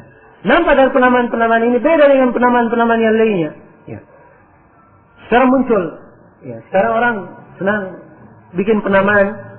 Dia ingin mengikutkan dakwah salafi ini kepada arus umum. Ya. Arus umum orang berkelompok-kelompok, berjamaah-berjamaah, berfirqah-firqah, berpartai-partai. Mereka ingin membuat dakwah salafiyah ini sebagai dakwah yang juga bagian dari firqah, bagian dari kelompok ini. Ya, salah satu dari bentuk kelompok yang ada. Nah, makanya mereka sebut dengan nama aliran. Atau mereka sebut sebagai nama kelompok. Ya. Dibidik kepada arah tertentu. Padahal sebenarnya ya, penamaan-penamaan salafi ahli sunnah wal jamaah ini sangat berbeda dengan penamaan-penamaan kelompok-kelompok dan jemaah-jemaah tersebut. Ya. Yang pertama, penamaan-penamaan ini saya sudah terangkan tadi dari kata salafi ahli sunnah wal jamaah ini penamaan-penamaan tidak pernah lepas dari menggambarkan Islam yang hakiki. Ini perbedaan yang pertama. Perbedaan yang kedua, penamaan ahli sunnah wal jamaah ya, dia adalah penamaan yang ada sumbernya dari Al-Quran dan Hadis. Ya. Dan penamaan yang dikenal di kalangan as-salaf, para sahabat radhiyallahu ta'ala anhum, orang datang setelahnya. Kemudian perbedaan yang ketiga, penamaan-penamaan ini, kalau ada yang memakainya, kemudian dia ta'assub, fanatisme di dalamnya, maka fanatiknya pasti untuk Islam dan kepada Rasulullah sallallahu alaihi wasallam. Beda dengan kelompok dan jamaah. Kalau dia pakai nama jemaah kelompok, pasti fanatiknya kepada kelompoknya dan kepada apa? Jemaahnya. Iya.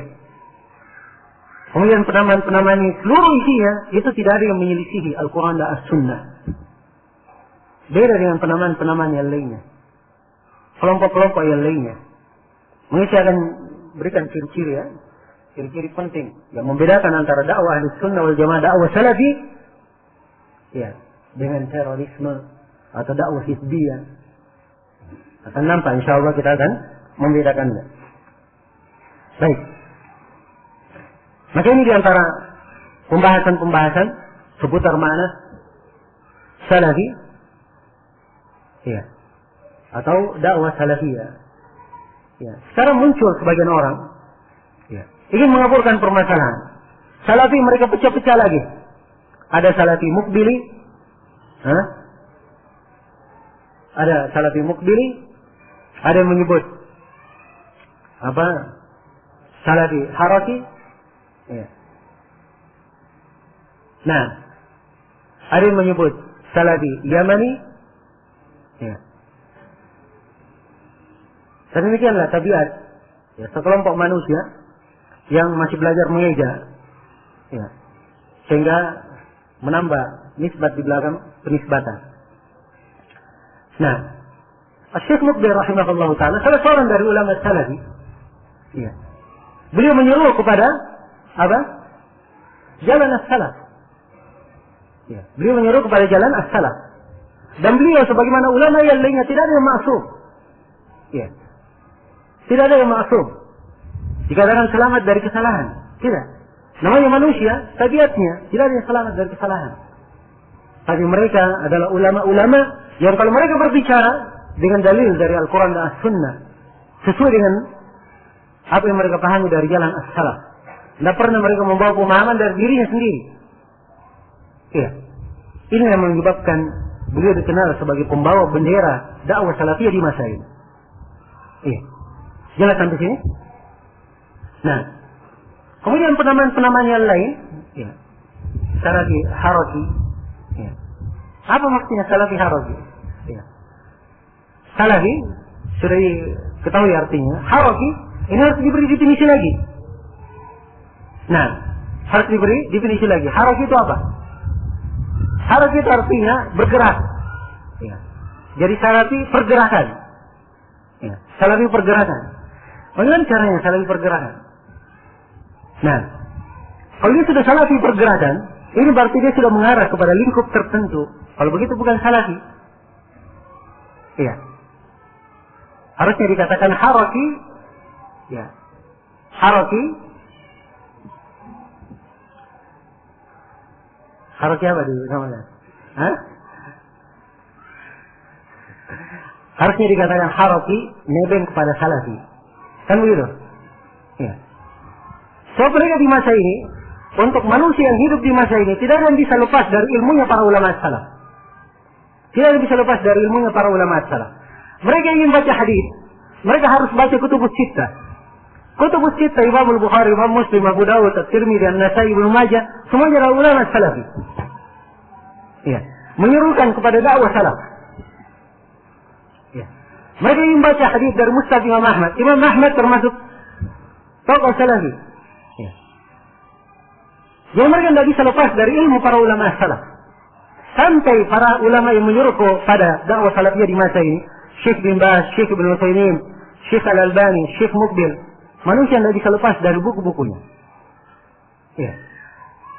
Sebab dari sisi keilmuan semuanya paham dan mengerti bagaimana di dalam dakwah salafiyah itu sangat dipelihara sekali nilai keilmian, dan mereka sangat memelihara warisan yang mereka dapatkan dari para ulama mereka, dari Nabi Sallallahu Alaihi Wasallam. Karena itu ilmu agama sangat mereka perhatikan. Ya. Tulisan-tulisan untuk menjaga agama dan menjelaskan agama kepada manusia itu datang dalam bentuk beraneka ragam. Karena itu tidak ada seorang pun yang mengatakan dirinya berdakwah di muka bumi ini, ya, kecuali dia pasti perlu kepada buku para ulama as-salaf. Jelas? Ya. Karena sebagian mereka sudah menyadari tidak bisa lepas dari buku ulama as-salaf. Ya, mereka kadang menyebut dalam sebagian tempatnya, kita juga ikut salaf. Ya, kita mengikuti jalan as-salaf. Ya. Maksudnya ikut sebagian dari jalan apa? As-salaf. Ya. Buktinya apa? Buktinya kalau masuk ke dalam pembahasan jihad misalnya, atau pembahasan yang semisal dengan itu, para ulama salaf tidak membenarkan jihad dengan bentuk yang dilakukan oleh orang-orang tersebut. Mereka yang mengatakan dirinya mengikuti salaf tidak mau menerima.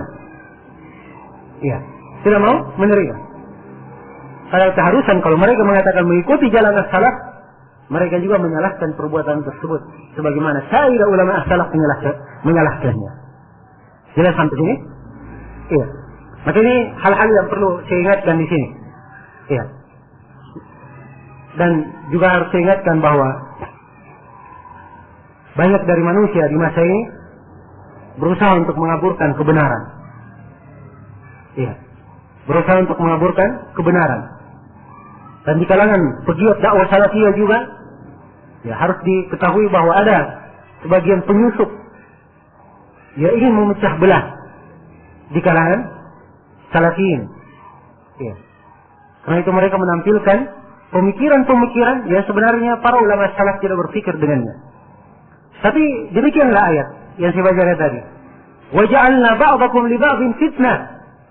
Kami jadikan sebagian kalian terhadap sebagian yang lainnya menjadi fitnah, cobaan. Betul-betul cobaan sebagian orangnya. Benar dia serukan dakwah salaf, mengikuti jalan as-salaf. Tapi perbuatannya atau sejumlah dari perbuatannya tidak dibenarkan di dalam jalan as-salaf. Kalau dia salah di dalam permasalahan cabang, itu wajar, biasa. Orang salah, jatuh dalam kesalahan. Tapi ini salah dalam masalah-masalah pokok yang merupakan prinsip dasar tegaknya sebuah dakwah dikatakan sebagai dakwah salafi. Jelas?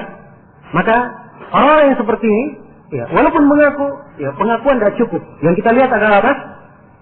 Karakter dan cirinya. Sebab kalau mengaku semua orang bisa saja mengaku.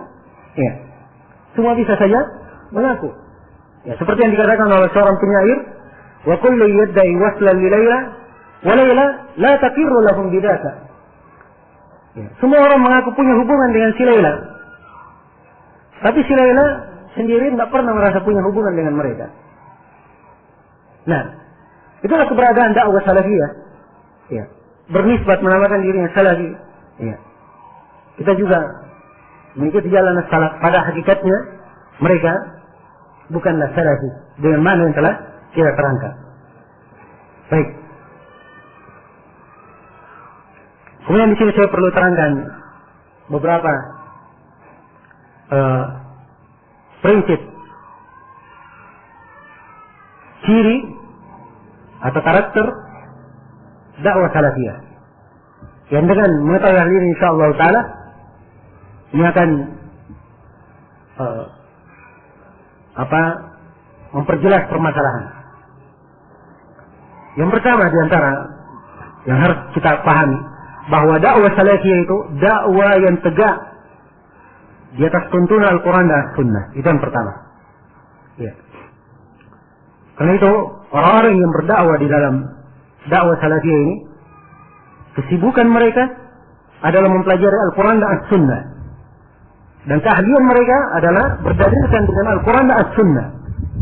Sebab mereka berkeyakinan sebuah dakwah tidak akan tegak dan tidak dianggap syah dan tidak dianggap benar kecuali kalau dibangun di atas tuntunan Al-Quran dan As-Sunnah. Dan tentunya ditunjukkan oleh sejumlah ayat Al-Quran dan hadits Rasulullah Sallallahu Alaihi Wasallam tentang wajibnya kita mengikuti Al-Quran dan As-Sunnah. Dan saya kira ini adalah hal yang dimaklumi. Kemudian yang kedua dari ciri umum dakwah salafiyah. Perhatikan di ciri yang pertama yang membedakan. Banyak kelompok di masa ini, mereka mengatakan kami menyuruh kepada Islam. Memperjuangkan Islam. Tapi ketika ditanya, apa dalil perbuatan yang kamu lakukan? Dia tidak bisa menyebutkan dalilnya. Tidak bisa menyebutkan dalilnya. Kadang ada yang hanya mengikuti pikirannya, ada yang hanya mengikuti perasaannya, ada yang hanya mengikuti apa?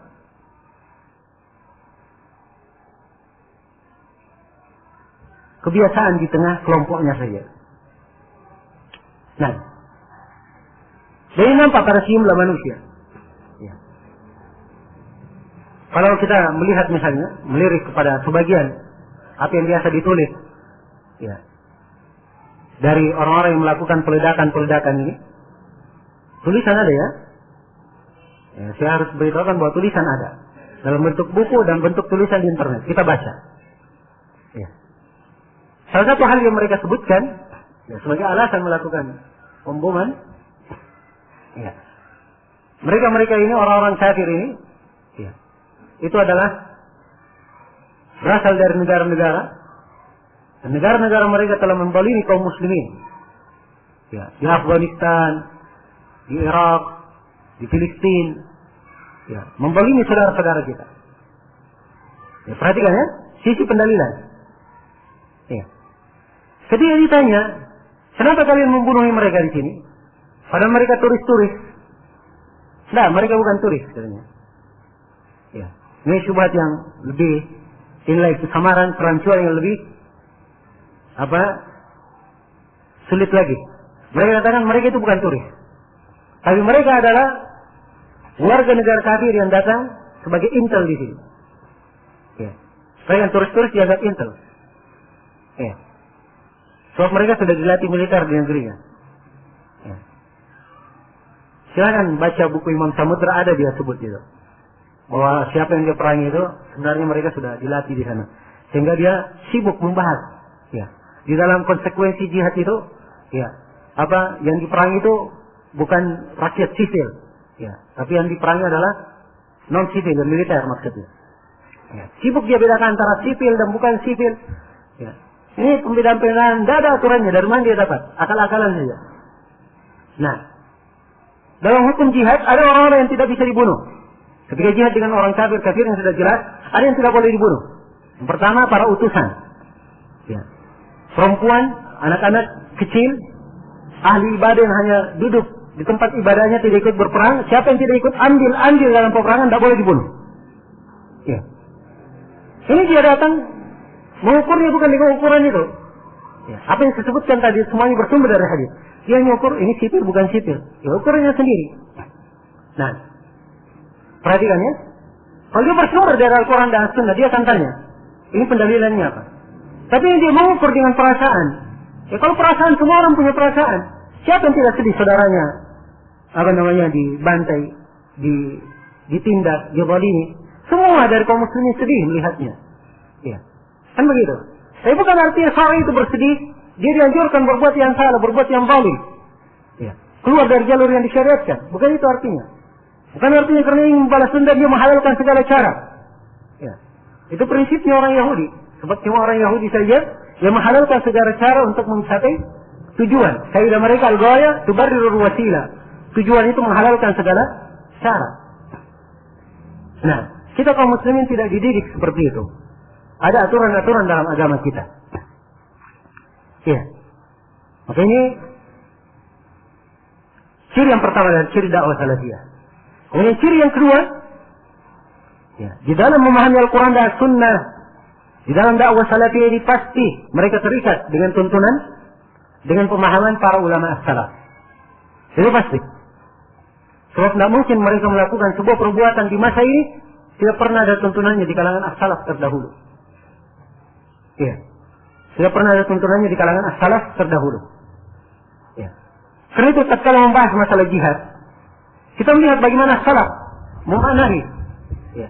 Bagaimana Nabi dan para sahabatnya melihat jihad tersebut dan pembagian-pembagiannya dan cara menerapkannya. Ya. Ada sejumlah poin yang mungkin bisa saya berikan pencerahan di sini untuk membedakan. Ya. Misalnya di masa Nabi SAW, ketika beliau berada di Mekah, tidak ada jihad dengan tangan. Tidak ada jihad dengan tangan. Ya. Yang ada jihad dengan lisan, dengan hujjah dan argumen. Ya. Dan ini jangan dianggap jihad yang kecil. Ini dianggap jihad yang besar. Sebab dalam Al-Quran Allah berfirman, "Wajahidhum bihi jihadan kabira." Dan berjihadlah kau menghadapi mereka dengan jihad yang besar. Ini ayat di surah Al-Furqan. Ya. Dan surah Al-Furqan itu surah Makkiyah, masih di Mekah. Bukan di Madinah. Berarti kalau di Mekah belum ada jihad dengan apa? Tangan. Bersama dengan itu disebut dengan nama jihad apa? Jihad besar. Ya, perhatikan ya. Ya. Ini perhatikan. Ya, kaum as-salaf dalam berdalilkan. Mengambil ayat, mereka lihat. Ayat itu kemana pendalilannya. Ya. Kalau orang-orang itu tadi, ya menegakkan jihad, mereka ambil ayat sebagai pendalilan. Tapi penggunanya sembarang tempat. Nah, pendalilan ada maknanya, ada. Harus dipahami sebab turunnya, di mana ayat ini penggunaannya dan kepada siapa diarahkan. Ya. Ini yang dipahami oleh ahli tafsir dari kalangan as-salaf. Demikian cara mereka berdalilkan. Jelas? Nah, maka sekarang muncul di masa ini, ya, muncul di masa ini bikin pembahasan. Ya, sekarang berhubung karena ada hadis yang tersebar. Saya kemarin baca dari internet ada buku. Judulnya apa? Menjawab kerancuan-kerancuan seputar jihad. Ya. Saya kira penulisnya dimaklumi, anaknya sekarang sedang tertangkap. Ya, karena apa? Dianggap sebagai punya jalur terorisme. Ya, punya media di internet. Di dalam buku ini, dalam salah satu pembahasannya, dia bahas apakah jihad menghadapi jihad melawan hawa nafsu adalah jihad yang paling besar. Ya. Perhatikan ya cara dia menguraikan. Ini supaya antum tahu bagaimana cara mentalbis. Ya. Cara menguraikannya. Diambil hadisnya. Hadis raja'ana minal jihadil asghar ilal jihadil akbar. Ketika Nabi pulang dari perang Tabuk, Nabi berkata kami kembali dari jihad besar, dari jihad kecil menuju kepada jihad besar. Ya. Ketika ditanya apa itu jihad besar, yaitu jihad seorang hamba melawan dirinya sendiri. Ini hadis, ya, kata si penulis, hadis ini adalah lemah. Ya. Perhatikan, dari mana diambil sisi kelemahannya? Dari buku ulama kita. Syekh Al-Albani menjelaskannya lemah. Syekh Al-Albani kan ulama salafi, ya kan? Ya. Dia tidak bisa lepas dari buku-buku as-salaf, dari ilmu as-salaf dalam menjelaskan. Perhatikan, dia jelaskan kelemahannya. Ya, lemah hadisnya. Hadisnya lemah, semuanya orang paham itu lemah. Ya. Salafiyun paham itu lemah. Jelas? Saya lihat kesimpulannya. Ya, katanya kesimpulannya tanpa ada petir, tanpa ada awan, tiba-tiba bikin kesimpulan. Sebab tidak ada sebelumnya pembahasan. Ya. Dia merinci. Katanya karena itu saya simpulkan bahwa jihad yang paling besar adalah jihad melawan orang kafir. Ya. Jihad melawan orang kafir, jihad yang paling besar. Jadi kesimpulan yang sudah salah, tidak mencermati dalil. Nabi SAW ketika berada di Mekah, tidak mungkin dikatakan bahwa jihad yang beliau lakukan, ya, jihad yang harusnya beliau lakukan adalah jihad orang kafir itu yang paling afdal. Ya. Tidak. Justru pada masa beliau lemah, jihad yang paling afdalnya adalah jihad apa? Dengan lisan. Tatkala masa kaum muslimin tidak mampu menegakkan jihad dengan pedang, jihad yang paling afdalnya dengan lisan. Melawan hawa nafsu itu jihad yang paling kuat. Ya. Jelas? Kalau di masa jihad harus berperang, maka itu yang paling afdal, jihad di masa berperang. Pada waktunya itu yang paling afdal. Jihad itu ada berbagai macam. Ada jihad melawan hawa nafsu, jihad melawan syaitan, jihad melawan kaum munafikin, orang-orang kafir, dan jihad melawan orang kafir secara fisik di perang pertempuran. Jelas? Ya. Setiap dari jihad ini afdal pada masa dan waktunya tertentu. Tidak langsung dimutlakkan jihad yang paling afdal adalah apa? Jihad melawan orang kafir. Ini trik-trik membuat kesimpulan miring. Dan ini tidak dipahami oleh para ulama as-salaf. Tidak dipahami oleh para ulama as-salaf. Karena itu Ibnu Taimiyah rahimahullah ta'ala menyebutkan bagaimana madhab as-salaf. Kata beliau, para ulama as-salaf, ayat-ayat yang berkaitan dengan jihad, itu mereka arahkan di masa kaum muslimin punya kekuatan. Ya. Dan ayat-ayat yang berkaitan dengan kaum muslimin diperintah menahan, tidak berperang, ini di masa kaum muslimin lemah. Ya, diarahkan seperti itu. Sebab Islam ini datang untuk apa? Menciptakan kemaslahatan bagi kaum muslimin. Bagaimana caranya kaum muslimin disuruh berperang padahal mereka tidak sanggup berperang? Ya. Disuruh berperang padahal mereka tidak punya kekuatan. Jelas sampai sini? Ya. Kalau hanya pikir-pikiran, kalau mati kan mati syahid. Ya. Semua orang berpikir seperti itu. Ya. Kalau mati syahid kan gampang sekali. Ya, mati syahid kan begitu. Saya tidak mau surga. Ya, kalau memang benar itu surga. Tapi itu, apakah itu dilakukan oleh Nabi dan para sahabatnya? Ini kembali kepada pemahaman as-salaf. Saya kasih sebuah kisah yang menjadi ibrah sangat besar. Ya. Di perjanjian Hudaybiyah. Perjanjian Hudaybiyah. Para sahabat lebih 1000. Perjanjian Hudaybiyah. Ketika nyampe di Hudaybiyah, para sahabat lebih 1000 orang. Mereka ingin masuk Mekah melakukan ibadah umrah. Ibadah haji. Iya. Ditahan oleh kaum musyrikin. Tidak boleh masuk. Kaum musyrikin jumlahnya berlipat kali. Ribuan mereka. Iya. Apakah Nabi SAW menyatakan kepada sahabatnya, sudah kita perang dulu ya. Kalau mati kan mati semuanya dalam surga. Apa itu yang dikatakan oleh beliau? Apa yang terjadi? Ya. Justru terjadi perjanjian damai di Hudaybiyah. Tidak saling berperang selama 10 tahun. Di antara butir perjanjian pertama, tidak saling berperang selama 10 tahun. Butir yang kedua, di antara butir perjanjian, siapa saja dari penduduk Mekah yang masuk Islam kemudian melarikan diri ke Madinah, maka harus dikembalikan lagi ke Mekah. Nabi mengiyakan hal tersebut. Iya. Perhatikan. Sampai Umar waktu itu ragu radhiyallahu taala. Beliau berkata, ya Rasulullah, apakah kita menerima kehinaan dalam agama kita? Masa saudara kita kaum muslimin kita kembalikan? Sebab waktu itu didatangkan Abu Jandal. Iya. Dalam keadaan terbelenggu. Iya. Dia berkata, wahai kaum muslimin, tolonglah saya. Saya bersaksi la ilaha illallah Muhammadar Rasulullah. Tapi Nabi mengembalikannya ke Mekah. Beliau hanya menasihati, kemudian karena sesuai dengan isi perjanjian dikembalikan ke Mekah. Ya. Ini kalau disaksikan oleh orang-orang yang mengikuti semangat di hari ini, kenapa kita biarkan saudara kita dibawa oleh kaum musyrikin? Ya. Itu akan dikatakan oleh orang-orang yang hanya mengandalkan semangat, perasaan. Ya. Tapi lihat bagaimana Nabi Shallallahu Alaihi Wasallam, ya, yang mempertimbangkan segala perbuatan dengan ukuran syar'i. Ya. Dia yakin bahwa kalau dia seorang Muslim yang baik, maka dia akan tabah menghadapi hal tersebut. Dan seorang Muslim dalam derita yang dihadapi pasti akan mendapatkan apa? Jalan keluar dari apa yang dia hadapi. Ya. Jangan kita mengorbankan seorang, ya, karena ingin menolong seorang kita mengorbankan yang lebih banyak. Saya ini jelas pertimbangan syariatnya. Dan terbukti setelah itu Abu Jandal, Allah berikan keringanan. Beliau berhasil lolos, lepas. Tapi Abu Jandal tidak pergi ke Madinah. Sebab ke Madinah perjanjian harus dikembalikan. Ya. Abu Jandal pergi ke tempat lain. Ya. Kemudian siapa saja kaum musyrikin yang lewat, beliau tawan dan beliau bunuh. Beliau dan bersama kaum muslimin yang lainnya. Maka Nabi tidak terjerat oleh isi dari perjanjian. Ya. Dan Abu Jandal sendiri tidak salah di dalam hal ini. Ya. Dan ini adalah jalan keluar bagi mereka.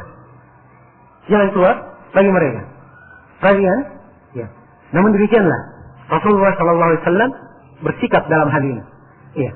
Kaum muslimin yang jumlahnya 1000 tidak mungkin menghadapi puluhan ribu, ya, dari pasukan kaum musyrikin. Tidak mungkin. Karena itu tunggu sampai mereka punya kekuatan dan terbukti setelah itu, ya, Allah Subhanahu Wa Taala memenangkan mereka. Mekah berhasil ditaklukkan. Ya. Allah memukakan kemenangan. Dan setelah perjanjian Hudaybiyah turunlah ayat dan surah yang disebut dengan nama surah Al-Fatih. Surah kemenangan. Dan surah kemenangan ini, itu yang dimaksudkan dengan kemenangan adalah perjanjian Hudaybiyah, bukan ditaklukkannya Mekah. Iya. Jelas, ditaklukkannya Mekah kemenangan. Tapi kemenangan yang dimaksud dalam Al-Fatih adalah ini. Perjanjian Hudaybiyah menurut pendapat yang paling kuat dalam penafsiran para ulama. Baik. Jadi kalau kita kembali kepada memahami dengan pahaman para ulama salaf, itu penting sekali. Bagaimana salaf memahami kondisi-kondisi yang seperti ini. Iya. Mereka tidak mengobarkan jihad, langsung jihad dengan pedang, melawan orang kafir itu yang paling afdal secara mutlak. Tidak. Saya melihat, mereka melihat kondisi dan melihat keadaan. Ini saya katakan betapa pentingnya memahami dengan pemahaman as-salaf di dalam bab ini. Baik, waktu 2 sebentar lagi masuk. InsyaAllah ta'ala masih ada beberapa pembahasan kita lengkapi nanti setelah salat zuhur. Subhanakallahumma bihamdik, asyhadu an la ilaha illa anta, astaghfiruka wa atubu ilaik, walhamdulillahi rabbil alamin.